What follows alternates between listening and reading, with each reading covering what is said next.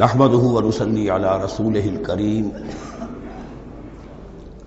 اما بعد فاعوذ بالله من الشيطان الرجيم بسم الله الرحمن الرحيم سيقول السفهاء من الناس ما ولاهم عن قبلتهم التي كانوا عليها قل لله المشرق والمغرب يهدي من يشاء الى صراط مستقيم صدق اللہ العظیم۔ اب یہ تحویل قبلہ کا مضمون براہ راست آ رہا ہے۔ اس کے لیے تمہیدی 2 رکوع ہم پڑھ چکے ہیں۔ حضرت ابراہیم کا تذکرہ جو معمار ہیں بیت اللہ کے، ابو الانبیاء ہیں، امام الناس ہیں، انہی کی ایک نسل بنی اسرائیل ہے، انہی کی ایک نسل بنی اسماعیل ہے۔ ان کا دین کیا تھا، اس کی بنیاد کیا تھی، انہوں نے اور خود ان کے پوتے حضرت یعقوب نے اپنی اولاد کو کس بات کی وصیت کی تھی، اب وہ اولاد مختلف پگڈنڈیوں پر چل کر کہاں کہاں پہنچ چکی ہے، یہ سارا پس منظر ہے اصل میں اس تحویل قبلہ کے لیے۔ اور تحویل قبلہ پر پورے 2 رکوع آ رہے ہیں۔ اس سے بسا اوقات یہ خیال پیدا ہوتا ہے، میرے ذہن میں بھی کبھی ہوتا تھا کہ یہ ایسی بڑی بات کیا تھی جس کے لیے قرآن مجید نے اتنے شد و مد کے ساتھ اور اس قدر تفصیل کے ساتھ بلکہ تکرار کے ساتھ بات کی۔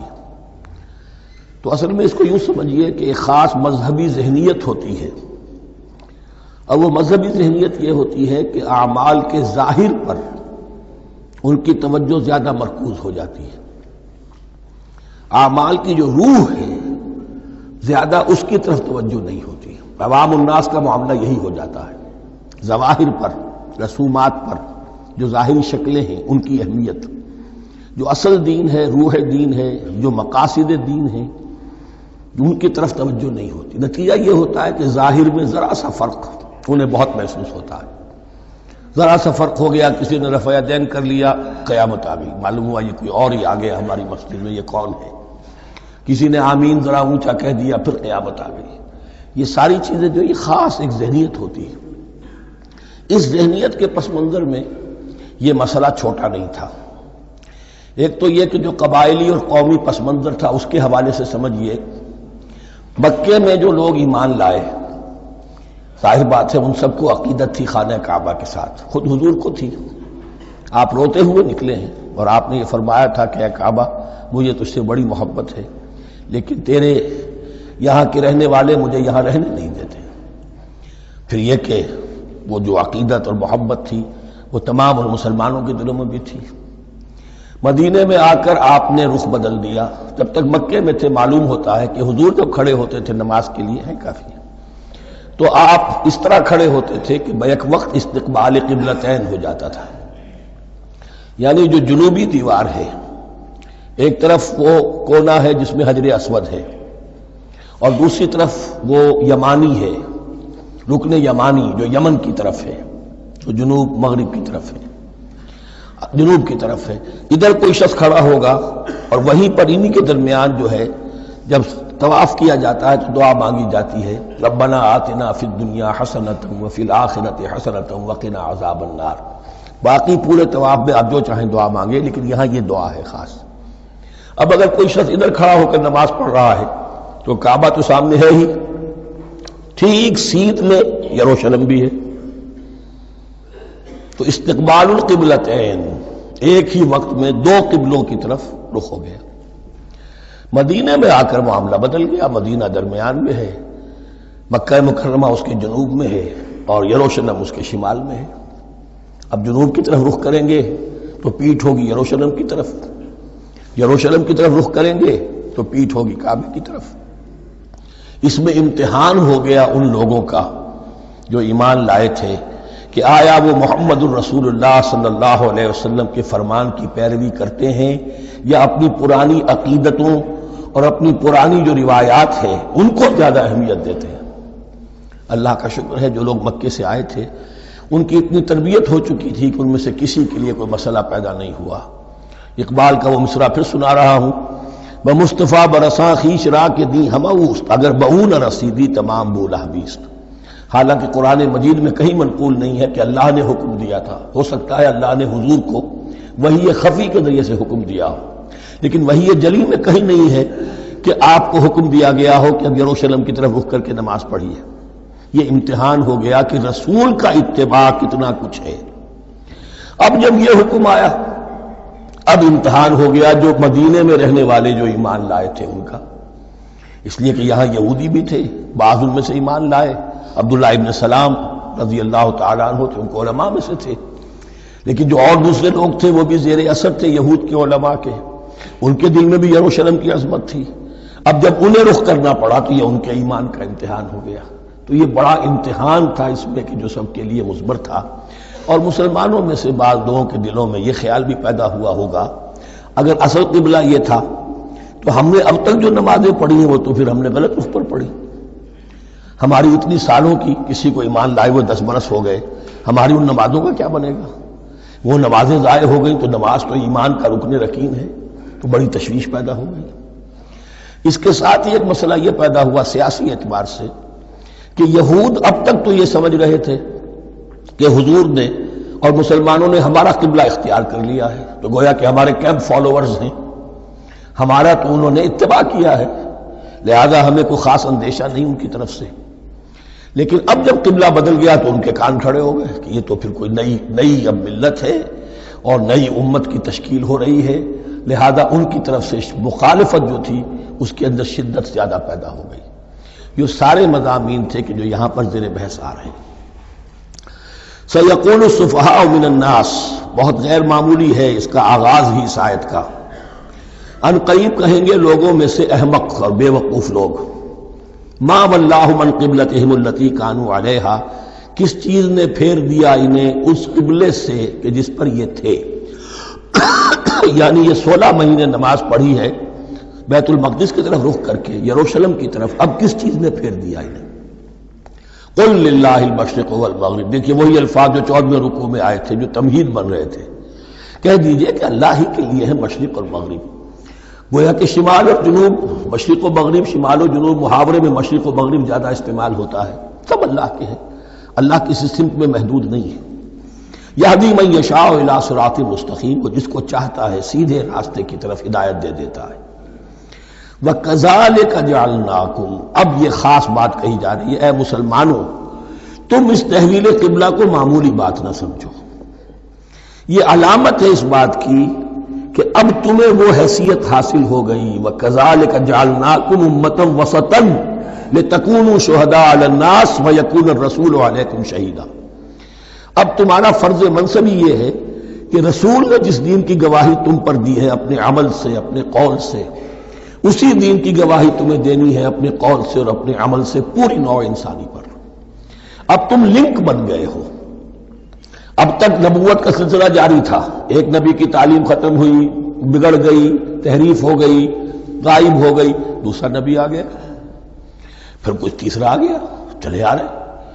لہذا ہر دور کے اندر اب وہ جو معاملہ تھا تسلسل کے ساتھ چل رہا تھا، اب یہاں نبوت ختم ہو رہی ہے محمد الرسول اللہ صلی اللہ علیہ وسلم پر، تو نوع انسانی تو ختم نہیں ہو رہی، ابھی قیامت تو نہیں آئی ہے. اب آگے لوگوں کو تبلیغ کرنا، ان تک دین پہنچانا، ان پر حجت قائم کرنا، ان کا احقاق حق اور ابطال باطل کا فریضہ سر انجام دینا، یہ کون کرے گا؟ تو پہلے تو ہمیشہ اللہ کی طرف سے وہی جبریل لائے اور نبی کے پاس آ گئے، نبی نے لوگوں کو سکھا دیا. اب یہ کہ اللہ سے جبریل لائے محمد کے پاس، محمد نے سکھایا تمہیں، اور تمہیں سکھانا ہے پوری نوع انسانی کو، تو تم اب وہ درمیانی لنک ہو. وَكَذَلِكَ جَعَلْنَاكُمْ أُمَّةً وَسَطًا لِتَكُونُوا شُهَدَاءَ عَلَى النَّاسِ وَيَكُونَ الرَّسُولُ عَلَيْكُمْ شَهِيدًا. یہ مضمون زیادہ کھلے گا چل کر سورہ حج کی آخری آیات میں.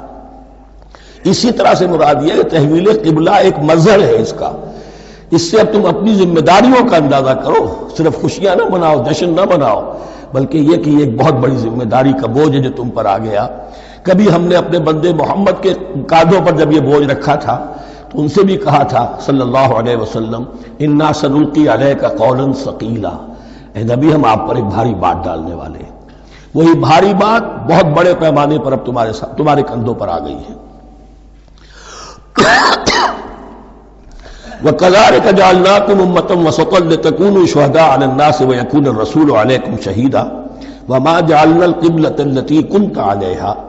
اور ہم نے نہیں قرار دیا تھا اس قبلے کو جس پر کہ اے نبی آپ پہلے تھے.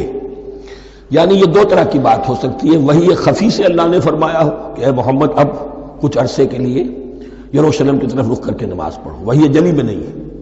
اور یہ بھی ہو سکتا ہے یہ حضور کا اجتہاد ہو اور اسے اللہ نے قبول فرما لیا ہو. دونوں باتوں کا امکان موجود ہے. حضور کے اجتہاد پر اگر اللہ کی طرف سے نفی نہ آئے تو وہ گویا اللہ کی طرف سے. وما جعلنا القبلة التي كنت عليها إلا لنعلم من يتبع الرسول ممن ينقلب على عقبيه. اور نہیں ٹھہرایا تھا ہم نے اس قبلے کو جس پر کہ آپ رہے ہیں مگر یہ جاننے کے لیے کہ کون ہے، یہ ظاہر کرنے کے لیے کہ کون ہے کہ جو اتباع کرتے ہیں رسول کا صلی اللہ علیہ وسلم، اور وہ کون ہے کہ جو اپنی ایڑیوں کے بل لوٹ جاتے ہیں. یعنی مدینے میں آ کر اگر کوئی مکے کا مسلمان کہتا صاحب یہ قبلہ مجھے قبول نہیں ہے، وہ واپس ہو جاتا. ایسا ہوا نہیں. اور اب جب مکے کی طرف رخ ہو گیا ہے تو کوئی انصار میں سے، کوئی مدینے میں جو ایمان لائے ان میں سے کسی نے کہا کہ ٹھیک ہے جی ہمارا قبلہ وہ تھا، اب آپ نے اپنا قبلہ بدل دیا، آپ کا راستہ اور ہمارا راستہ اور. نہیں، وہ تمام کے تمام مسلمان ان آزمائشوں میں کامیاب ہوئے. وَإِن كَانَتْ لَكَبِيرَةً إِلَّا عَلَى الَّذِينَ هَدَى اللَّهُ. اور واقعہ یہ ہے، یقیناً یہ بہت بڑی بات تھی. اس طرح قبلے کے اندر تبدیلی قبول کر لینا آسان بات نہیں ہوتی، بڑا حساس مسئلہ ہوتا ہے، مگر ان کے لیے کہ جن کو اللہ نے ہدایت دی. وَمَا كَانَ اللَّهُ لِيُضِيعَ إِيمَانَكُمْ. اور اللہ ہرگز تمہارے ایمان کو ضائع کرنے والا نہیں ہے. ایمان سے یہاں مراد نماز جو ہے الصلاۃ عماد الدین. وہ جو تشویش ہو گئی تھی کہ ہماری ان نمازوں کا کیا بنے گا جو ہم نے 16 مہینے پڑھی ہیں بیت المقدس کی طرف رخ کر کے. وَمَا كَانَ اللَّهُ لِيُضِيعَ إِيمَانَكُمْ. اس وقت وہ حکم تھا رسول کا، وہ اللہ کے ہاں مقبول ہے. اس وقت یہ حکم ہے جو تمہیں رسول کی معرفت مل رہا ہے، اب تم اس کی پیروی کرو. ان اللہ بالناس لرؤوف الرحیم. یقیناً اللہ تعالیٰ تو انسانوں کے حق میں بہت ہی شفیق ہے اور بہت ہی رحیم ہے. قد نرى تقلب وجهك في السماء. معلوم ہوتا ہے خود حضور کو انتظار تھا اس فیصلے کا، اور معلوم ہوتا ہے کہ آپ پر بھی شاخ گزر رہا تھا یہ وقفہ کہ جس میں نماز پڑھتے ہوئے پیٹھ ہو رہی تھی بیت اللہ کی طرف. تو آپ بار بار آپ کی نگاہیں آسمان کی طرف اٹھتی تھی کہ کب وحی آئے، کب جبرائیل حکم لے کر آئیں. قد نرى تقلب وجهك في السماء. اے نبی ہم نے آپ کے چہرے کا بار بار آسمان کی طرف اٹھنا دیکھ لیا ہے. فَلَنُوَلِّيَنَّكَ قِبْلَةً تَرْضَاهَا. اس آیت میں بڑی شفقت، بڑی محبت، بڑی عنایت ہے محمد الرسول اللہ صلی اللہ علیہ وسلم کے لیے اللہ کی طرف سے. تو ہم بدلے دیتے ہیں، پھیرے دیتے ہیں قبلہ جو آپ کو پسند ہے. ظاہر بات ہے کہ حضور کو جو محبت تھی اور جو بھی آپ کو ایک رشتہ قلبی تھا بیت اللہ کے ساتھ، فَلَنُوَلِّيَنَّكَ قِبْلَةً تَرْضَاهَا. ہم بدلے دیتے ہیں، بدل دیں گے قبلہ اسی طرف جو آپ کو پسند ہے. فَوَلِّ وَجْهَكَ شَطْرَ الْمَسْجِدِ الْحَرَامِ. تو بس اب پھیر دیجئے اپنے رخ کو مسجد حرام کے رخ پر. وَحَيْثُ مَا كُنْتُمْ. اور مسلمانوں جہاں کہیں بھی تم ہو، مدینے میں ہو یا کہیں اور ہو، مغرب میں ہو، شمال میں ہو، جنوب میں ہو، کہیں ہو، فَوَلُّوا وُجُوهَكُمْ شَطْرَهُ. تو اپنا چہرہ نماز میں اسی کے رخ پر پھیرو. وَإِنَّ الَّذِينَ أُوتُوا الْكِتَابَ لَيَعْلَمُونَ أَنَّهُ الْحَقُّ مِنْ رَبِّهِمْ. اور جن لوگوں کو کتاب دی گئی تھی وہ جانتے ہیں کہ یہ حق ہے ان کے پروردگار کی طرف سے. تورات میں بھی یہ مذکور تھا کہ اصل قبلہ ابراہیمی وہی تھا، اس لیے کہ یروشلم تو تعمیر کیا ہے حضرت ابراہیم سے کوئی 1000 سال کے بعد حضرت سلیمان نے. یہ جو بھی ہیکل سلیمانی ہے کم سے کم 1000 برس کا فصل ہے حضرت ابراہیم میں حضرت سلیمان میں.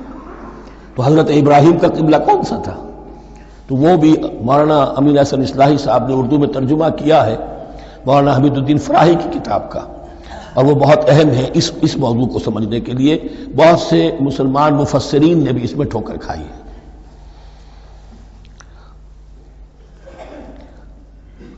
ان الذين اوتوا الكتاب ليعلمون انه الحق من ربهم وما الله بغافل عما يعملون. اور اللہ غافل نہیں ہے اس سے کہ جو وہ کر رہے ہیں. ولئن اتيت الذين اوتوا الكتاب بكل آية ما تبعوا قبلتك. اے نبی آپ ان اہل کتاب کو اگر تمام دلائل بھی دے دیں گے، تمام نشانیاں بھی دکھا دیں گے، تب بھی یہ آپ کے قبلے کی پیروی نہیں کریں گے. وما انت بتابع قبلتهم. اور نہ ہی اب آپ پیروی کرنے والے ہیں ان کے قبلے کی. یہ تو لکم دینکم ولی دین والا معاملہ ہو گیا. وما بعضهم بتابع قبلۃ بعض، حد یہ ہے کہ یہ خود جو ہے آپس میں ایک دوسرے کے قبلے کی پیروی نہیں کرتے. یعنی نصارہ اور یہود اگرچہ یروشلم سب کا قبلہ ہے، لیکن عین یروشلم میں جا کر جو یہودی ہیں وہ مغربی گوشے کو اختیار کرتے تھے، مغرب کی طرف رخ کرتے تھے ہیکل سلیمانی میں، اور جو نصارہ ہے وہ مشرق کی طرف. اس لیے کہ حضرت مریم سلام علیہا نے جو اعتکاف کیا تھا مکان شرقیہ، وہ جو مکان تھا ان کا جہاں اعتکاف تھا، جہاں فرشتہ ان کے پاس آیا ہے، وہ ہیکل کے کسی شرقی گوشے میں تھا. تو انہوں نے عیسائیوں نے اسی کو اپنا شرقی گوشے کو قبلہ بنا لیا. وما ولئن اتبعت اهواءهم، اور اے نبی اگر بالفرض آپ نے ان کی خواہشات کی پیروی کی، من بعد ما جاءك من العلم، اس کے بعد کہ آپ کے پاس العلم صحیح علم آ چکا ہے، انك اذا لمن الظالمین، تو آپ بھی پھر ظلم کرنے والوں میں سے ہو جائیں گے معاذ اللہ. الذین آتیناہم الکتاب یعرفونہ کما یعرفون ابناءہم، جن لوگوں کو ہم نے کتاب دی یعنی تورات اور انجیل کے جو صحیح ماننے والے ہیں، یہ نقطہ یہاں نوٹ کر لیجئے، تورات اور انجیل کے ماننے والوں میں سے غلط کاروں کے لیے مجہول کا صیغہ آتا ہے، اوتوا الکتابہ، جنہیں کتاب دی گئی تھی، اور جو ان میں سے ٹھیک تھے صحیح رخ پر تھے ان کے لیے معروف کا صیغہ ہوتا ہے جنہیں کتاب ہم نے دی تھی. یہ انداز جو ہے معروف اور مجہول کا، یہ آپ دیکھیں گے کہ فرق ہوگا. جہاں ان کی کسی غلط بات کا تذکرہ ہوگا الذین اوتوا الکتاب، اور جہاں اچھی بات کا تو وہاں یہ کہ جو آتیناہم الکتاب، الذین آتیناہم الکتاب یعرفونہ کما یعرفون ابناءہم، وہ ایسے ہی پہچانتے ہیں اس کو. ہو کی ضمیر قبلے کی طرف بھی ہے، اور ہو کی ضمیر محمد الرسول اللہ کی طرف بھی ہے، ہو کی ضمیر قرآن کی طرف بھی ہے. ایسے پہچانتے ہیں جیسے اپنے بیٹوں کو. وَإِنَّ فَرِيقًا مِّنْهُمْ، اور یقیناً ان میں سے ایک گروہ وہ ہے لَيَكْتُمُونَ الْحَقَّ وَهُمْ يَعْلَمُونَ، جو جانتے بوجھتے حق کو چھپاتے ہیں. الحق من ربک، یہ حق ہے آپ کے رب کی طرف سے. فلا تکونن من الممترین، تو آپ ہرگز نہ بنے شک کرنے والوں میں. یہ حضور سے خطاب ہو رہا ہے، اور حضور کی وساطت سے اصل میں ہر مسلمان سے خطاب ہو رہا ہے. یہ بات ان سے کہی جا رہی ہے کہ اس میں کوئی شک اپنے پاس بتانے دو، یہ تو حق ہے تمہارے پروردگار کی طرف سے. وَلِكُلٍّ وِجْهَةٌ هُوَ مُوَلِّيهَا، ہر ایک کے لیے ہم نے ایک رخ معین کر دیا جس کی طرف کہ وہ رخ کرتا ہے. فَاسْتَبِقُوا الْخَيْرَاتِ، تو مسلمانوں تمہارے لیے ایک رخ تو ہم نے معین کر دیا بیت اللہ کا. ایک باطنی رخ کیا ہے؟ نیکیوں میں ایک دوسرے سے آگے بڑھنے کی کوشش کرو. ایک ہے ظاہر، نماز کا ظاہر ہے، آپ نے قبلے کی طرف رخ کر لیا ہے، آپ نے وضو کیا ہے. ایک نماز کا باطن ہے، خشوع ہے، خضوع ہے، حضور قلب حاصل ہے، رقت ہے، معلوم ہے کس کے سامنے حاضری ہے. اسی طریقے سے قبلہ ایک تو یہ ہے جو کہ کعبہ ہے، بیت اللہ ہے، ایک یہ فاستبقوا الخیرات، تم ہر نیکی کے اندر ایک دوسرے سے آگے بڑھنے کی کوشش کرو. اینما تکونوا یأتی بکم اللہ جمیعا، جہاں کہیں بھی ہوگے اللہ تم سب کو لے آئے گا، جمع کر دے گا. ان اللہ علی کل شیء قدیر، یقینا اللہ تعالی ہر چیز پر قادر ہے. ومن حیث خرجت فول وجهک شطر المسجد الحرام، اور جدھر سے بھی آپ کا نکلنا ہو، کہیں سفر کریں، کہیں بھی جائیں، تو آپ اپنا رخ پھیر دیجئے مسجد حرام کی طرف. وَإِنَّهُ لَلْحَقُّ مِن رَبِّكَ، اور یہ یقیناً حق ہے آپ کے رب کی طرف سے. وَمَا اللَّهُ بِغَافِلٍ عَمَّا تَعْمَلُونَ، اور اللہ غافل نہیں اس سے کہ جو تم کر رہے ہو. یہاں بظاہر جو ہے کلام حضور سے ہے، اصل میں مسلمانوں سے خطاب ہے بواسطہ محمد صلی اللہ علیہ وسلم. وَمِنْ حَيْثُ خَرَجْتَ فَوَلِّ وَجْهَكَ شَطْرَ الْمَسْجِدِ الْحَرَامِ وَحَيْثُ مَا كُنْتُمْ فَوَلُّوا وُجُوهَكُمْ شَطْرَهُ، اور دیکھو جہاں بھی تم نکلو اپنا رخ کرو مسجد حرام کی طرف. امریکہ میں جاؤ تب بھی رخ ہوگا مسجد حرام کی طرف، روس میں جاؤ رخ تمہارا ہوگا مسجد حرام کی طرف. وَحَيْثُ مَا كُنْتُمْ، اور اے مسلمانوں جہاں کہیں بھی تم ہو، فَوَلُّوا وُجُوهَكُمْ شَطْرَهُ، تو اپنے چہروں کو پھیر دو اسی کے رخ پر. لِأَلَّا يَكُونَ لِلنَّاسِ عَلَيْكُمْ حُجَّةٌ، تاکہ نہ رہے لوگوں کے پاس تمہارے خلاف کوئی دلیل. اب اس بات کو سمجھ لیجئے کہ چونکہ تورات میں لکھا ہوا تھا کہ نبی آخر الزمان کا قبلہ کعبہ ہوگا، اگر حضور یہ قبلہ اختیار نہ کرتے تو علماء یہود حجت قائم کرتے مسلمانوں پر کہ دیکھو تورات میں تو یہ لکھا ہے اور انہوں نے وہ اختیار نہیں کیا. تو یہ گویا کہ ان کے اوپر اتمام حجت بھی ہو رہا ہے اور قطع عذر بھی ہو رہا ہے، ان کی حجت کی جڑ بھی کٹ رہی ہے. الا الذین ظلموا منہم، سوائے ان میں سے ان کے جو ظالم ہیں، اعتراض کرنے کے لیے لاکھ انہوں نے پھر بھی ہیلے بہانے بنائی لینے ہیں. فلا تخشوہم، تو اے مسلمانوں ان سے نہ ڈرو، واخشونی، مجھ سے ڈرو. وَلِأُتِمَّ نِعْمَتِي عَلَيْكُمْ، اور یہ جو تحویل قبلہ ہوئی ہے اور محمد الرسول اللہ صلی اللہ علیہ وسلم کی بعثت کی بنیاد پر ایک نئی امت کو شکل دی جا رہی ہے اور اسے اب امامت الناس سے سرفراز کیا جا رہا ہے، وراثت ابراہیمی اب اسے منتقل ہو گئی ہے، یہ اس لیے ہے وَلِأُتِمَّ نِعْمَتِي عَلَيْكُمْ، اپنی نعمت میں تم پر اس کا اتمام فرما دوں، مکمل کر دوں، وَلَعَلَّكُمْ تَهْتَدُونَ، اور تاکہ تم ہدایت یافتہ بن جاؤ۔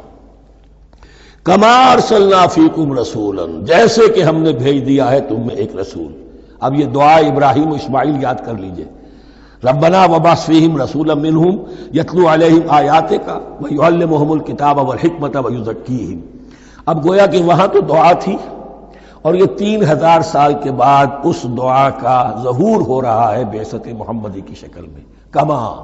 کما ارسلنا فیکم رسولا منکم، جیسے کہ ہم نے بھیج دیا ہے تم میں رسول اپنا، تم ہی میں سے، یتلو علیکم آیاتنا، وہ تلاوت کرتا ہے تم پر ہماری آیات، ویزکیکم، تمہیں پاک کرتا ہے، تزکیہ کرتا ہے تمہارا، ویعلمکم الکتاب والحکمہ، اور تمہیں تعلیم دیتا ہے کتاب و حکمت کی، ویعلمکم ما لم تکونوا تعلمون، اور تمہیں تعلیم دے رہا ہے ان چیزوں کی جو تمہیں معلوم نہیں تھی۔ یہاں ایک نقطہ بڑا اہم ہے، حضرت ابراہیم اور اسماعیل کی دعا میں جو ترتیب تھی یہاں اللہ نے اس کو بدل دیا ہے۔ وہاں کیا تھا؟ تلاوت آیات، تعلیم کتاب و حکمت، پھر تزکیہ۔ یہاں کیا ہے؟ تلاوت آیات، پھر تزکیہ، پھر تعلیم کتاب و حکمت۔ اب ظاہر بات ہے کہ حضرت ابراہیم حضرت اسماعیل نے جو بات کہی وہ بھی غلط تو نہیں ہو سکتی، لیکن ہم یہ کہہ سکتے ہیں کہ اس کی امپرووڈ فارم یہ ہے جو اللہ تعالیٰ کی طرف سے دی گئی، اس لیے کہ تزکیہ مقدم ہے۔ اگر نیت صحیح نہیں ہے تو تعلیم کتاب و حکمت مفید نہیں ہوگی بلکہ گمراہی میں اضافہ ہوگا۔ نیت کج ہے تو گمراہی بڑھتی چلی جائے گی، اور تزکیہ کا حاصل کیا ہے؟ نیت درست ہو جائے، اخلاص، نحن لہ مخلصون۔ اگر یہ نہیں ہے تو جتنا پڑھو گے، جتنے بڑے عالم ہوگے، شیطان بھی بن سکتے ہو۔ بڑے بڑے فتنے عالموں نے اٹھائے ہیں۔ یہ جو دین اکبری تھا یا دین الہی تھا، اکبر کے تو باپ دادا کو کبھی خیال نہیں آ سکتا تھا اس کا۔ یہ پٹی پڑھانے والے کون تھے؟ ابو الفضل اور فیضی جیسے علماء، بہت بڑے علماء۔ اسی طرح غلام احمد قادیانی، اس کو اصل میں جو بھی پٹیاں پڑھائی ہیں وہ تو پڑھائی حکیم نور الدین نے، جو بہت بڑا عالم تھا، اہل حدیث عالم تھا۔ تو در حقیقت بہت بڑا عالم ہوگا، اگر اس کی کج ہو گئی نیت تو اتنا ہی بڑا فتنہ اٹھا دے گا۔ اس پہلو سے تزکیہ مقدم ہے، اور اس کا ثبوت یہ ہے، یہی مضمون سورہ آل عمران میں آیا، یہی مضمون پھر سورہ جمعہ میں آئے گا، وہاں بھی ترتیب یہی ہے۔ تینوں جگہ پر اللہ کی طرف سے ترتیب یہی ہے، یتلو علیکم آیاتنا ویزکیکم، تمہیں ہماری آیات پڑھ کر سنا رہا ہے اور تمہارا تزکیہ کرتا ہے، ویعلمکم الکتاب والحکمہ، اور اس تزکیے کے بعد پھر تعلیم کتاب و حکمت، ویعلمکم ما لم تکونوا تعلمون، اور تمہیں سکھا رہا ہے جو کچھ علم تمہیں حاصل نہیں تھا۔ فاذکرونی اذکرکم، پس مجھے یاد رکھو، میں تمہیں یاد رکھوں گا۔ یہ بہت بڑا میثاق ہے اور بہت بڑا وعدہ ہے، بہت بڑا وعدہ ہے۔ اور یہاں تک حدیث میں پھر اس کی شرح آئی ہے، میرا بندہ اگر مجھے اپنے دل میں یاد کرتا ہے میں بھی اسے اپنے جی میں یاد کرتا ہوں، اور میرا بندہ اگر میرا ذکر کسی محفل میں کرتا ہے تو میں اس سے بہت اعلیٰ محفل میں اس کا ذکر کرتا ہوں۔ اس کی محفل تو بہت بلند و بالا ہے، ملائے اعلیٰ کی محفل ہے، فرشتے ملائکہ مقربین کی محفل ہے، خدا خود میرے محفل بود اندر لامکا خسرو، محمد شمع محفل بود شب جائے کہ من بودم۔ اب خسرو کس عالم میں تھے جب یہ شعر کہہ گئے ہیں؟ تو بہرحال ہے تو صحیح، ایک محفل تو ہے، میں اس سے بڑی بہتر محفل میں ان کا تذکرہ کرتا ہوں۔ فاذکرونی اذکرکم واشکروا لی ولا تکفرون، اور میرا شکر کرو، میری نعمتوں کا ادراک کرو، اس کا شعور حاصل کرو، اس پر زبان سے بھی شکر ادا کرو، اپنے عمل سے بھی، جوارح سے بھی ان نعمتوں کا حق ادا کرو۔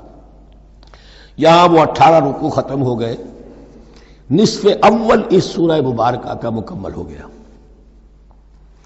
اب آگے سے خطاب ہے، یا ایھا الذین آمنوا، ایک نئی امت آ گئی، چارٹر اس کا آ گیا۔ کیوں بنایا گیا تمہیں؟ لتکونوا شہداء علی الناس ویکون الرسول علیکم شہیدا، تم اب لنک ہو ہمیشہ ہمیش کے لیے محمد اور پوری نوع انسانی کے درمیان۔ اسی لیے وہ حدیث بھی تو ہے جو علماء حق ہوتے ہیں ان کے بارے میں فرمایا علماء امتی کا انبیاء بنی اسرائیل، میری امت کے علماء کا مقام وہی ہے جو بنی اسرائیل کے علماء کا، اس لیے کہ اب نبوت تو ختم ہو گئی محمد پر صلی اللہ علیہ وسلم، لیکن یہ کتاب تو ہے، اس کا پہنچانا تو ہے، اس کو عام تو کرنا ہے، حجت تو قائم کرنی ہے، اور صرف تبلیغ سے نہیں عمل کر کے دکھانا ہے، وہ نظام قائم کر کے دکھانا ہے جو محمد عربی نے قائم کیا صلی اللہ علیہ وسلم، تب حجت قائم ہوگی۔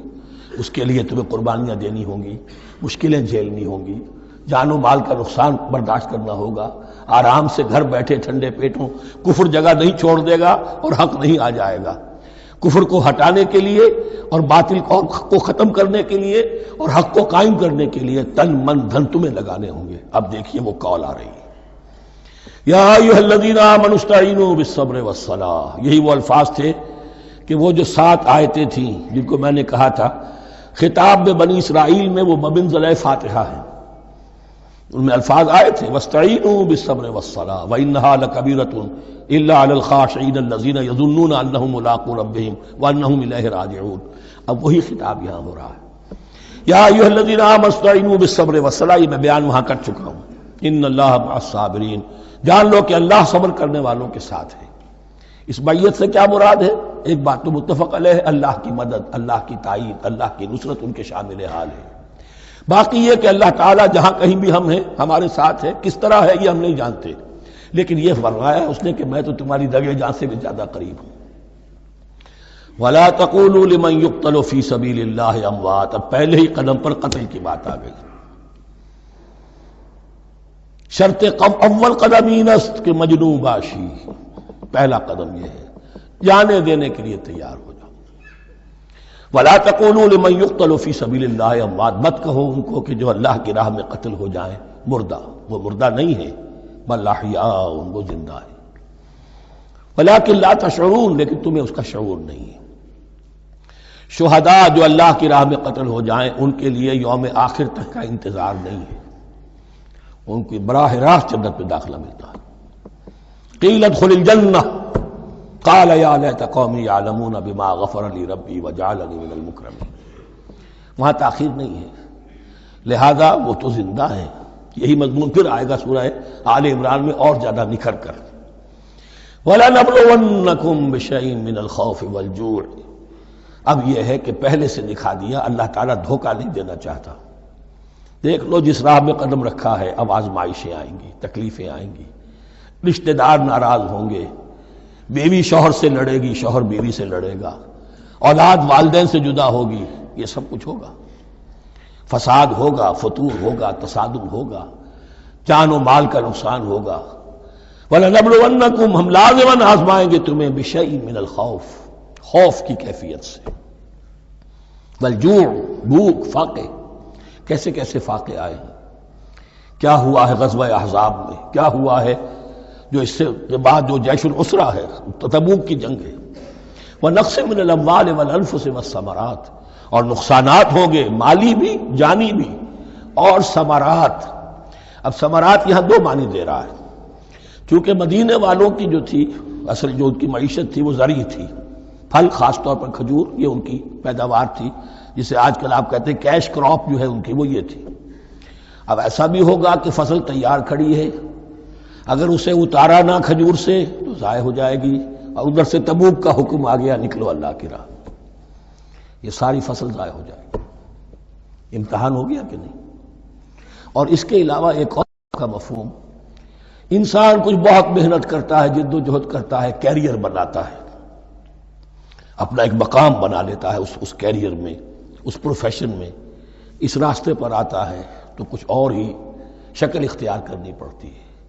وہ تجارت کے زمانے میں جو محنت کی تھی، وہ کیریئر کو جمانے میں جو محنت کی تھی، وہ سارا کا سارا معاملہ جو ہے وہ کھو کر پھر اس وادی میں آنا پڑتا ہے۔ وَلَنَبْلُوَنَّكُمْ، یہ بھی ثمرات ہیں نا، محنت کے ثمرات۔ وَلَنَبْلُوَنَّكُمْ بِشَيْءٍ مِّنَ الْخَوْفِ وَالْجُوعِ وَنَقْصٍ مِّنَ الْأَمْوَالِ وَالْأَنفُسِ وَالثَّمَرَاتِ وَبَشِّرِ الصَّابِرِينَ، اور اے نبی بشارت دیجئے صابروں کو، صبر کرنے والوں کو۔ یہ کون ہے؟ الذین اذا اصابتہم مصیبۃ، وہ لوگ کہ جن کو جب بھی کوئی مصیبت آئے، قالوا انا للہ وانا الیہ راجعون، وہ کہتے ہیں ہم اللہ ہی کے تو ہیں اللہ ہی کی طرف ہمیں لوٹ جانا ہے. کل بھی جانا تھا، آج چلے جائیں، حاضر ہیں، جتنی جلدی بلا لیں. نشان مرد مومن باتوں گویم جو مر گایا تبسم مر لبے اوست. مرد مومن کی تو نشانی یہی ہے کہ جب موت آئے تو مسرت کے ساتھ اس کے چہرے پر، اس کے ہونٹوں پر مسکراہٹ ہو. یہ ایمان جو میں نے کہا تھا لٹمس ٹیسٹ یہ ہے کہ بندہ مومن اس دنیا میں زیادہ رہنے کی خواہش نہیں کر سکتا. لائف از اے لائبلٹی، جو لمحہ آ رہا ہے اس کا حساب دینا ہوگا. تو جتنی عمر بڑھ رہی حساب بڑھ رہا ہے. It's not an asset, it's a liability. اور الدنیا سجن المومن و جنت الکافر، یہ تو مومن کے لیے ایک قید خانہ ہے، ہاں کافروں کی جنت ہے. وبشر الصابرین الذین اذا اصابتهم مصیبۃ قالوا انا للہ وانا الیہ راجعون اولئک علیہم صلوات من ربہم ورحمہ. یہ ہیں وہ لوگ کہ جن پر ہر وقت اللہ کی عنایتوں کا نزول ہوتا رہتا ہے اور رحمت کی بارش ہوتی رہتی ہے. وَأُولَٰئِكَ هُمُ الْمُهْتَدُونَ، اور یہی لوگ ہیں ہدایت یافتہ جنہوں نے واقعتاً ہدایت کو اختیار کیا ہے. اور جو ایسے مرحلے پر ٹھٹک کر کھڑے رہ جائیں، پیچھے رہ جائیں، پیچھے بیٹھ جائیں، پیٹھ موڑ لیں، وہ گویا کہ ختم ہوا ان کا معاملہ. اب چونکہ اس معاملے میں بحث ہو گئی تھی خانہ کعبہ کی بھی، پھر اسی میں مقام ابراہیم کی بات آ گئی تھی، تو کچھ ذہنوں میں سوال پیدا ہوا کہ یہ جو حج کے مناسک میں صفا اور مروہ جو ہے یہ بھی تو آخر اسی کا تو ان کی کیا حقیقت ہے، کوئی حقیقت ہے یا نہیں. فرمایا ان الصفا والمروہ من شعائر اللہ، یہ بھی اللہ کے شاعر میں سے ہے. شاعر کسے کہتے ہیں؟ وہ چیز جو شعور بخشے. تو وہ چیزیں کہ جن کے ساتھ اولو العزم پیغمبروں یا اولو العزم انسانوں، اولو العزم اولیاء اللہ کے کچھ حالات و واقعات کا کوئی ذہنی سلسلہ قائم ہوتا ہو، وہ گویا کہ شعور دلانے والے ہوتے ہیں، یاد دلانے والے ہوتے ہیں، اللہ تعالیٰ کی طرف ذہن کو لے جانے والے ہوتے ہیں. اس اعتبار سے شاعر. ان الصفا والمروہ من شعائر اللہ فمن حج البیت او اعتمر فلا جناح علیہ ان یطوف بہما. تو جو کوئی بھی ہمارے گھر کا حج کرے، بیت اللہ کا حج کرے یا عمرہ کرے، اعتمر، فلا جناح علیہ، تو کوئی حرج نہیں ہے اس پر، ان یطوف بہما، کہ ان دونوں کا بھی طواف کرے. وہ جو 7 چکر لگائے جاتے ہیں، ان الصفا والمروہ. ومن تطوع خیرا، جو شخص جان بوجھ کر بھلا کام کرتا ہے، فإن اللہ شاکر علیم، تو جان لو اللہ بڑا قدردان ہے. اب شکر انسان کرتا ہے تو اس کے معنی کیا ہوں گے؟ احسان مند ہونا. وہی شکر اللہ کرتا ہے شکور، اس کے کیا معنی ہوں گے؟ قدردانی. میرے بندے نے یہ کام کیا، میرے بندے نے میرے لیے یہ محنت کی، یہ قربانی دی. ان اللہ شاکر علیم، اور جانتا ہے، چاہے کسی اور کو پتہ نہ چلے اسے تو معلوم ہے. اگر تم نے اللہ کی رضا جوئی کے لیے کسی کو کوئی مالی مدد دی ہے اس حال میں کہ جو کچھ داہنے ہاتھ نے دیا ہے بائیں کو بھی خبر نہیں ہونے دی، خدا یہ کہ کسی اور انسان کے سامنے اس کا تذکرہ ہو، تو اب یہ جو ہے اللہ کے تو علم میں ہے. اگر تو اللہ سے اجر و ثواب چاہتے ہو تو اس کا ڈنڈورا پیٹنے کی کوئی ضرورت نہیں. اور اگر تم نے لوگوں کو دکھانے کے لیے کیا تھا تو وہ تو شرک ہو گیا، لائبلٹی ہو گئی. ان الذین یکتمون ما انزلنا من البینات. اب یہاں پھر کچھ آخری یوں سمجھیے کہ یہ اب جس کو کہتے ہیں موپنگ اپ آپریشن، بات مضمون تو پورا ختم ہو گیا لیکن کچھ نہیں صحیح چیزیں ابھی ہیں سابقہ امت مسلمہ کے بارے میں کہنے کی، وہ مزید ایڈ کی جا رہی ہیں. ان الذین یکتمون ما انزلنا من البینات والہدی من بعد ما بیناہ للناس فی الکتاب اولئک یلعنهم اللہ یلعنهم اللاعنون. یقیناً وہ لوگ جو چھپاتے ہیں اس شے کو جو ہم نے نازل کی ہے بینات میں سے اور ہدایت میں سے، اس کے بعد کہ ہم نے ان کو واضح کر دیا ہے لوگوں کے لیے کتاب میں، وہ لوگ ہیں کہ جن پر لعنت کرتا ہے اللہ، اور لعنت کرنے والے ہیں، کرتے ہیں تمام لعنت کرنے والے. یعنی علم ایک بہت بڑی جو ہے امانت ہے، اس علم کا چھپانا، کتمان حق. ہم آیت پڑھ آئے ہیں وَمَنْ أَظْلَمُ مِمَّنْ يَكْتُمُ شَهَادَةً عِنْدَهُ مِنَ اللَّهِ. اگر اللہ کی طرف سے کوئی گواہی کسی کے پاس ہے وہ اسے چھپا لے تو اس سے بڑا ظالم کون ہوگا. اب انہی کی وضاحت ہو رہی ہے، کیسی کیسی کھلی شہادتیں تورات اور انجیل میں تھیں اور ان کو یہ چھپائے پھر رہے. ان الذين يكتمون ما انزلنا من البينات والهدى من بعد ما بيناه للناس في الكتاب اولئك يلعنهم الله ويلعنهم اللاعنون الا الذين تابوا واصلحوا وبينوا. سوائے ان کے کہ جو توبہ کریں اور اپنی اصلاح کر لیں اور اب واضح کریں وہ شے کہ جو انہوں نے چھپائی ہوئی تھی اسے ظاہر کریں. فَأُولَٰئِکَ أَتُوبُ عَلَیْہِمْ، تو ان کی توبہ میں قبول کروں گا اور ان کی طرف میں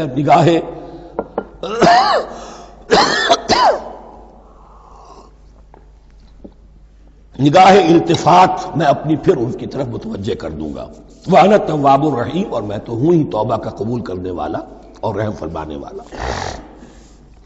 اِنَّ الَّذِينَ كَفَرُوا وَمَاتُوا وَهُمْ كُفَّارٌ، یقیناً جن لوگوں نے کفر کیا اور وہ مرے اسی حال میں کہ کفر پر قائم تھے، اولئک علیہم لعنۃ اللہ والملائکۃ والناس اجمعین، ان پر تو لعنت ہے اللہ کی بھی اور فرشتوں کی بھی اور تمام انسانوں کی بھی. خالدین فیہا، اس لعنت کی کیفیت میں وہ اب ہمیشہ رہیں گے. لا یخفف عنہم العذاب، نہ ان پر سے عذاب کے اندر کوئی کمی کی جائے گی. ولا ہم ینظرون، نہ انہیں کوئی مہلت ملے گی کہ عذاب کا تسلسل ذرا سی دیر کے لیے وقفہ ہو جائے، سانس لینے کی مہلت مل جائے. ولا ہم ینظرون. وَإِلَٰهُكُمْ إِلَٰهٌ وَاحِدٌ، سن لو تمہارا الہ اور معبود ایک ہی الہ ہے. لا الہ الا هو الرحمن الرحیم، اس کے سوا کوئی الہ نہیں ہے اور وہ رحمان ہے اور رحیم ہے. اب جو آیت آ رہی ہے اس کے پڑھنے سے پہلے ایک بات سمجھ لیجئے کہ یہ جو اب 22 رکوعوں کا مضمون ہم پڑھ رہے ہیں، مجھے یہ بات آج شروع میں واضح کرنی چاہیے تھی. اس میں ترتیب کیا ہے؟ میں پہلے عرض کر چکا ہوں کہ پہلے 18 رکوعوں کی تقسیم ورٹیکل کی ہے ہم نے. 18 کو 4 رکوع ادھر، 10 درمیان میں، پھر 4 ادھر. یہاں اب چلے گی ہاریزونٹل تقسیم، افقی تقسیم. اور اس کی بھی شکل کیا ہے کہ 4 مضامین ہیں کہ جو تانے بانے کے ساتھ بنے ہوئے ہیں، یا 4 لڑیاں ہیں مضمون کی کہ جن کو بٹ کر رسی بنا دیا گیا. وہ 4 مضامین کیا ہیں؟ مسلمانوں سے خطاب میں ان کے لیے عبادات اور احکام اور شرائع، یہ واجب ہے، یہ کرنا ہے، یہ حلال ہے، یہ حرام ہے، نماز فرض ہے، روزہ فرض ہے، وغیرہ وغیرہ. اور 2 لڑیاں جہاد، جہاد بالمال، جہاد بالنفس. جہاد بالنفس کی آخری انتہا قتال ہے، جہاں انسان نقد جان ہاتھ پر رکھ کر، ہتھیلی پر رکھ کر میدان میں حاضر ہو جاتا ہے. جو جنگ میں گیا اس نے اپنے آپ کو موت کے لیے پیش کر دیا، بچ کر آ جائے تو بونس ہے. اس اعتبار سے یہ 4 جڑیں. شریعت کو 2 حصوں میں تقسیم کیجئے، عبادات اور پھر بقیہ احکام شریعت، معاملات، جن میں خاص طور پر شوہر اور بیوی کا تعلق جو ہے وہ سب سے اہم ہے. تمدن انسانی کی بنیاد وہی ہے. لہذا اس صورت میں آپ دیکھیں گے تفصیلی احکام آئیں گے آئلی قوانین کے ضمن میں. دوسری طرف جہاد بالمال یعنی انفاق، اللہ کی راہ میں خرچ کرنا، اور جہاد بالنفس جس کی آخری منزل قتال. اب یہ 4 لڑیاں اس طرح سے ہیں، فرض کیجئے ایک لال لڑی ہے، ایک پیلی ہے، ایک نیلی ہے، ایک ہری ہے. ان کو بٹ دیا گیا ہے. جب ایک طرف سے دیکھیں گے تو کٹا پھٹا نظر آئے گا رنگ. لال نظر آیا، پھر پیلا نظر آیا، پھر نیلا نظر آیا، پھر ہرا، پھر لال، پھر نیلا، پھر پیلا، پھر ہرا. تو ایسا معلوم ہوگا جیسے کٹے پھٹے ہیں مضامین. لڑیاں کھول دیجئے، معلوم ہوگا ایک لڑی وہ بھی بڑی مسلسل ہے، جہاد بالمال کی. ایک لڑی ہے جہاد بالنفس یعنی قتال کی. ایک لڑی ہے جو عبادات کی. ایک لڑی ہے معاملات کی اور شریعت کے احکام کی. یہ 4 لڑیاں، اور یہ تانے بانے کی طرح بنی ہوئی ہیں، لیکن اسی بنتی میں بہت بڑے حسین پھول موجود ہیں. طویل آیات، عظیم ترین آیات قرآن مجید کی. ان میں سے اب ایک آیت یہاں آ رہی ہے. اس کو میں نے عنوان دیا ہے آیت الآیات. ان فی خلق السماوات والارض واختلاف اللیل والنہار والفلک التي تجری فی البحر بما ينفع الناس وما انزل الله من السماء من ماء فاحیا به الارض بعد موتها وبث فيها من كل دابة وتصريف الرياح والسحاب المسخر بين السماء والارض لآیات لقوم يعقلون. اتنے فینومینا آف نیچر کسی ایک آیت میں جمع نہیں ہے قرآن میں. اللہ تعالیٰ تمام فینومینا آف نیچر کو اپنی آیتیں قرار دیتا ہے. آسمان اور زمین کی تخلیق، رات اور دن کا الٹ پھیر، مختلف جگہوں پر، اور یہ جو ستارے ہیں اور یہ جو بھی نباتات ہیں زمین کی، ان میں سے آیتیں ہی آیتیں. لیکن ان آیت الآیات کو جس طرح یہاں ایک آیت میں سمویا ہے، یہ حکمت کا ایک بہت بڑا پھول ہے، بہت بڑا پھول جو ان 4 لڑیوں کی بنتی کے اندر آ گیا ہے. یقیناً آسمان اور زمین کی تخلیق میں اور رات اور دن کے الٹ پھیر میں اور اس جہاز میں یا کشتی میں جو چلتی ہیں سمندر میں یا دریاؤں میں، وہ سامان لے کر جو لوگوں کو نفع دیتا ہے، بما ينفع الناس وما انزل اللہ من السماء من ماء، اور اس پانی میں کہ جو اللہ نے اتارا ہے آسمان سے، فاحیا به الارض بعد موتها، اور پھر اس سے وہ زندہ کر دیتا ہے زمین کو اس کے مردہ ہو جانے کے بعد. بے آب و گیا زمین پڑی تھی، بارش ہوئی ہے، اسی میں سے روئیدگی آ گئی ہے. وبث فیہا من کل دابہ، اور یہ تمام حیوانات اور چرند اور پرند جو اس کے اندر پھیلا دیے گئے ہیں. وتصریف الریاح، اور یہ ہواؤں کا چلنا جو ہے، کبھی پروا چل رہی ہے، کبھی پچھمی چل رہی ہے، کبھی مشرق سے آ رہی ہے، کبھی مغرب سے آ رہی ہے، تصریف الریاح ہے. والسحاب المسخر بین السماء والارض، اور ان بادلوں میں کہ جو معلق کر دیے گئے آسمان اور زمین کے درمیان. لآیات لقوم یعقلون، ان سب میں آیات ہیں، نشانیاں ہیں ان لوگوں کے لیے جو عقل سے کام لیں. ان کو دیکھو اور ان کے خالق کو، مدبر کو پہچانو. آیات ہیں، اور ان کے آیات کے پہچاننے کا جو عملی نتیجہ نکلنا چاہیے، اور جس کو عام طور پر لوگ نہیں پہنچ پاتے جس تک، اب اگلی آیت میں اس کا تذکرہ ہے. نتیجہ تو نکلنا یہ چاہیے کہ پھر محبوب اللہ ہی ہو، شکر اسی کا ہو، اطاعت اسی کی ہو، عبادت اسی کی ہو. جب سورج میں کچھ نہیں، یہ تو اللہ نے اس کو بنایا ہے، یہ حرارت جو ہے اللہ نے دی ہے، چاند میں کچھ نہیں، ہوائیں چلانے والا کوئی وہی تو ہے. تو اب کسی شے کے لیے کوئی شکر نہیں، کسی شے کے لیے کوئی عبادت نہیں، کوئی ڈنڈوت نہیں، کوئی سجدہ نہیں، بلکہ صرف اللہ کے لیے. اور وہی مطلوب و مقصود بن جائے، وہی محبوب ہو. لا محبوب الا اللہ، لا مقصود الا اللہ، لا مطلوب الا اللہ. جن لوگوں کی یہاں تک رسائی نہیں ہو جاتی، وہ لوگ کسی اور شے کو اپنا محبوب و مطلوب بنا کر اس کی پرستی شروع کر دیتے ہیں. خدا تک نہیں پہنچے، اپنے نفسی کو معبود بنا لیا، جو یہ کہے کر رہے، معبود تو ہو گیا.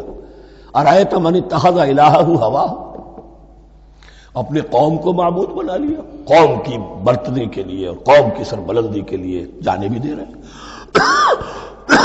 وطن کو معبود بنا لیا. اس حقیقت کو علامہ اقبال نے سمجھا ہے، اس دور کا سب سے بڑا بت وطن ہے. اس دور میں میں اور ہے، جام اور ہے، جم اور، ساقی نے بنا کی روش لطف و ستم اور، تہذیب کے آزر نے ترشوائے صنم اور، مسلم نے بھی تعمیر کیا اپنا حرم اور، ان تازہ خداؤں میں بڑا سب سے وطن ہے، جو پیرہن اس کا ہے وہ مذہب کا کفن ہے. نیشنلزم، ٹیریٹوریل، وطنی قومیت، وطن کی جے، یہ معبود بنائے بیٹھے. تو اب یہاں سنیے، ومن الناس، اور لوگوں میں سے کچھ ایسے بھی ہیں، من یتخذ من دون اللہ اندادا، جو اللہ کو چھوڑ کر کچھ اور چیزوں کو اس کا مد مقابل بنا دیتے ہیں. وطن کو بنا لیا، قوم کو بنا لیا، ہیومنزم، انسانیت، نوع انسانی، ہم اس کے خدمتگار ہیں، ہم اس کی بہتری کے لیے کام کر رہے ہیں، یہ بھی ایک معبود بن گیا.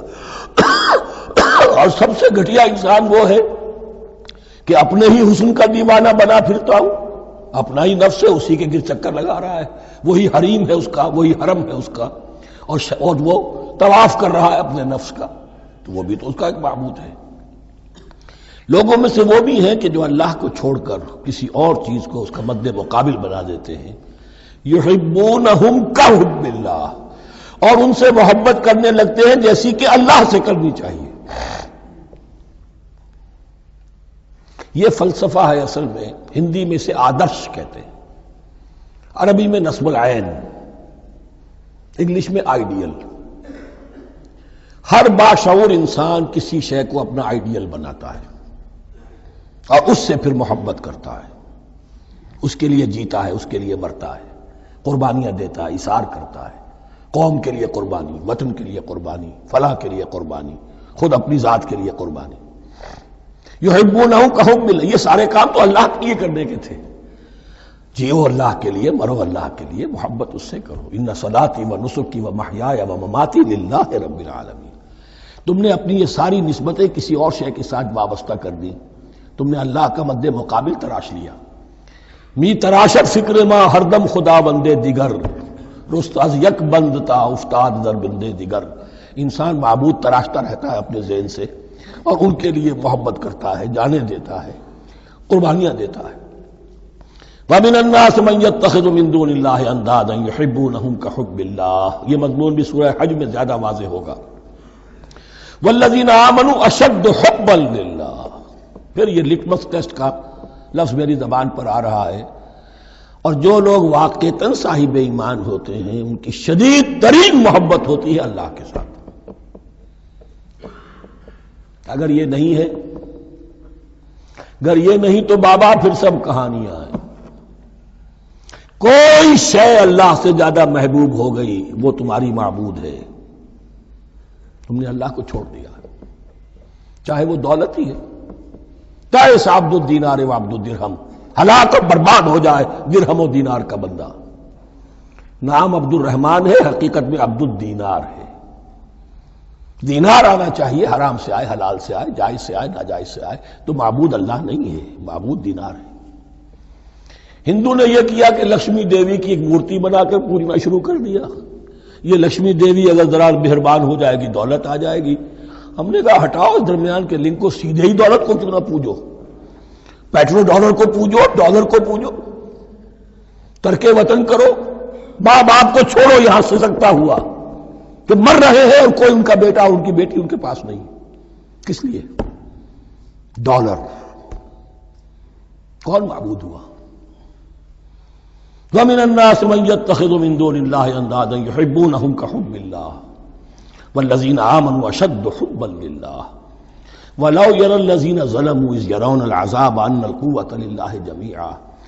اور کاش کہ دیکھ لیتے یہ لوگ جو اس شرک میں اور اس گناہ میں مبتلا ہیں، ظلم شرک کے معنی، جب وہ دیکھیں گے عذاب کو اور یہ بات واضح ہو جائے گی کہ قوت تو ساری کی ساری اللہ کے ہاتھ میں ہے، کسی کے پاس کچھ نہیں.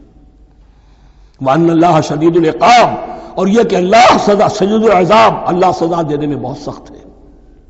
اس وقت آنکھ کھلے گی تو فائدہ کیا ہوگا؟ اب آنکھ کھلے تو فائدہ ہے. اِسْتَبَرَّأَ الَّذِينَ اتُّبِعُوا مِنَ الَّذِينَ اتَّبَعُوا.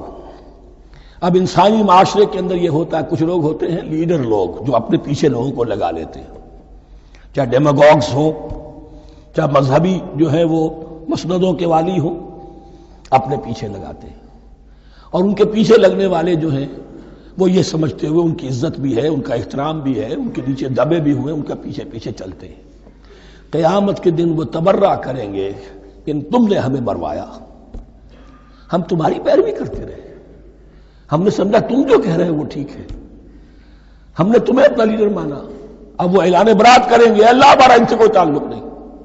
استبرأ الذین اتبعوا، اور اس کے جواب میں پھر وہ کریں گے ہمارا تم سے کوئی تعلق نہیں. اس روز کے جن لوگوں کا اتباع کیا گیا تھا دنیا میں، لیڈر لوگ، وہ ان لوگوں سے جنہوں نے پیروی کی تھی ان سے تبرہ کریں گے.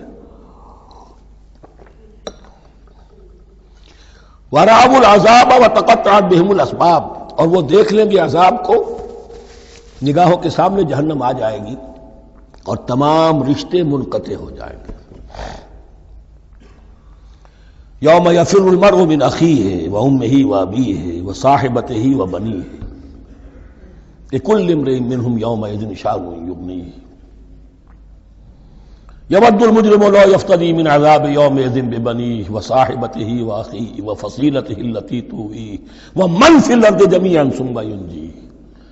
ہر انسان چاہے گا میرے باپ کو، بیٹے کو، بھائی کو، ماں کو، بیوی کو، اولاد کو، تمام انسانوں کو چھوڑ دو جہنم میں، خدا کے لیے کسی طرح مجھے بچا لو. تقطعت بہم الاسباب، سارے رشتے منقطع ہو جائیں گے جن رشتوں کی وجہ سے حرام کو حلال اور حلال کو حرام کر رہے ہو، جن کی دلجوئی کے لیے حرام کی کمائی کرتے ہو، جن کی دلجوئی کے لیے دین کے راستے سے آگے نہیں بڑھ رہے ہو. دین کے راستے میں بیوی ناراض نہ ہو جائے، گھر والے ناراض نہ ہو جائیں، وتقطعت بهم الاسباب، یہ سارے رشتے یہیں تک کے لیے ختم ہو جائیں۔ وقال الذین اتبعوا، اور جو ان کے پیروکار تھے وہ کہیں گے لو ان لنا کرۃ، اگر کہیں ہمیں دنیا میں لوٹنا نصیب ہو جائے، فنتبرأ منہم کما تبرؤوا منا، تو ہم بھی ان سے اسی طرح برات کریں گے جیسے آج یہ ہم سے برات کر رہے ہیں۔ کذالک یریہم اللہ اعمالہم حسرات علیہم، اس طرح اللہ ان کو دکھائے گا ان کے اعمال حسرتیں بن جائیں گے۔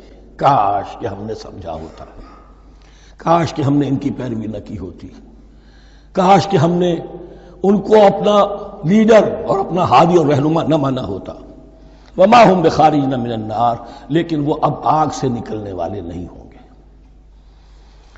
یا ایھا الناس کلوا مما فی الارض حلالا طیبا ولا تتبعوا خطوات الشیطان انہ لکم عدو مبین، اے لوگو زمین میں جو کچھ حلال اور طیب ہے، حلال ہے اور پاک ہے، صاف ستھری چیز اور حلال چیز وہ کھاؤ، اور شیطان کے نقش قدم کی پیروی نہ کرو، انہ لکم عدو مبین، یقیناً وہ تمہارے لیے کھلا دشمن ہے۔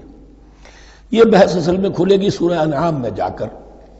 وہاں عرب میں یہ رواج تھا، بتوں کے نام پر کوئی جانور چھوڑ دیتے تھے، جیسے ہندوؤں میں بھی تھی رواج، ہم نے تو بچپن میں دیکھا ہے، کوئی سانڈ چھوڑ دیا، کسی کے کان جو ہے وہ چیر دیے، یہ فلاں بت کے لیے ہے، فلاں دیوی کے لیے ہے، اب اسے کوئی کچھ نہیں کہہ سکتا تھا، وہ جہاں چاہیں وہ منہ ماریں جا کر ان کا، اور پھر ان کا ظاہر بات ہے ان کا گوشت کیسے کھایا جا سکتا تھا۔ تو عرب میں بھی یہ رواج تھے، اور ابھی تک اس کے کچھ نہ کچھ ریزیڈول ایفیکٹس تھے۔ آباء و اجداد کی جو رسمیں چلی آ رہی ہوں وہ آسانی سے جو ہے وہ چھوٹتی نہیں ہے، کچھ نہ کچھ اثرات رہتے ہیں، جیسے آج تک ہمارے ہاں ہندوانہ اثرات موجود ہیں۔ تو ایسے لوگوں سے کہا جا رہا ہے کہ یہ تمام حرمتیں جو تمہارے ان لوگوں نے مشرکین نے بنا لی تھی، یہ جانور حرام، یہ جانور حرام ہو گیا، اسے فلاں کے نام پر نامزد کیا ہے، اس اونٹ کی جو ہے اتنی اونٹنیوں کے ساتھ جفتی ہو چکی ہے، اب بس اس کو خالی کر دو، چھوڑ دو، نہ اس کے اوپر سواری کی جائے گی اور نہ اس کا گوشت کھایا جائے گا، یہ کوئی نہیں ہے۔ جو چیز حلال ہے اصلاً اور طیب ہے کھاؤ۔ انما یامرکم بالسوء والفحشاء، یقیناً شیطان تمہیں حکم دیتا ہے بدی کا اور بے حیائی کا، وان تقولوا علی اللہ ما لا تعلمون، اور اس کا کہ تم کہو اللہ کی طرف نسبت کر کے جو تم جانتے نہیں ہو کہ اللہ نے حرام کیا۔ بھائی تمہیں کہاں معلوم؟ کوئی دلیل لاؤ، کسی کتاب میں دکھاؤ کہ اللہ نے یہ چیز حرام کر دی۔ وَإِذَا قِيلَ لَهُمُ اتَّبِعُوا مَا أَنزَلَ اللَّهُ قَالُوا بَلْ نَتَّبِعُ مَا أَلْفَيْنَا عَلَيْهِ آبَاءَنَا، اور جب ان سے کہا جاتا ہے اتباع کرو اس کی جو اللہ نے نازل کیا ہے، قالوا وہ کہتے ہیں بل نتبع ما الفینا علیہ آباءنا، ہم تو پیروی کریں گے اس کی جس پر ہم نے پایا اپنے آباء و اجداد کو۔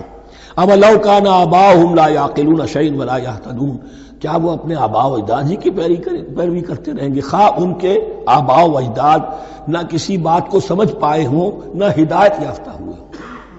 میں نے عرض کر دیا تھا کہ سورہ بقرہ میں جہاں دعوت تیسرے رکوع کی پہلی آیت شروع ہوئی، یا ایھا الناس اعبدوا ربکم الذی خلقکم والذین من قبلکم لعلکم تعقلون، وہ بھی تو مخلوق تھے جیسے تم مخلوق ہو، تم سے خطا ہو سکتی ہے ان سے بھی ہوئی، تم غلطی کر سکتے ہو انہوں نے بھی کی۔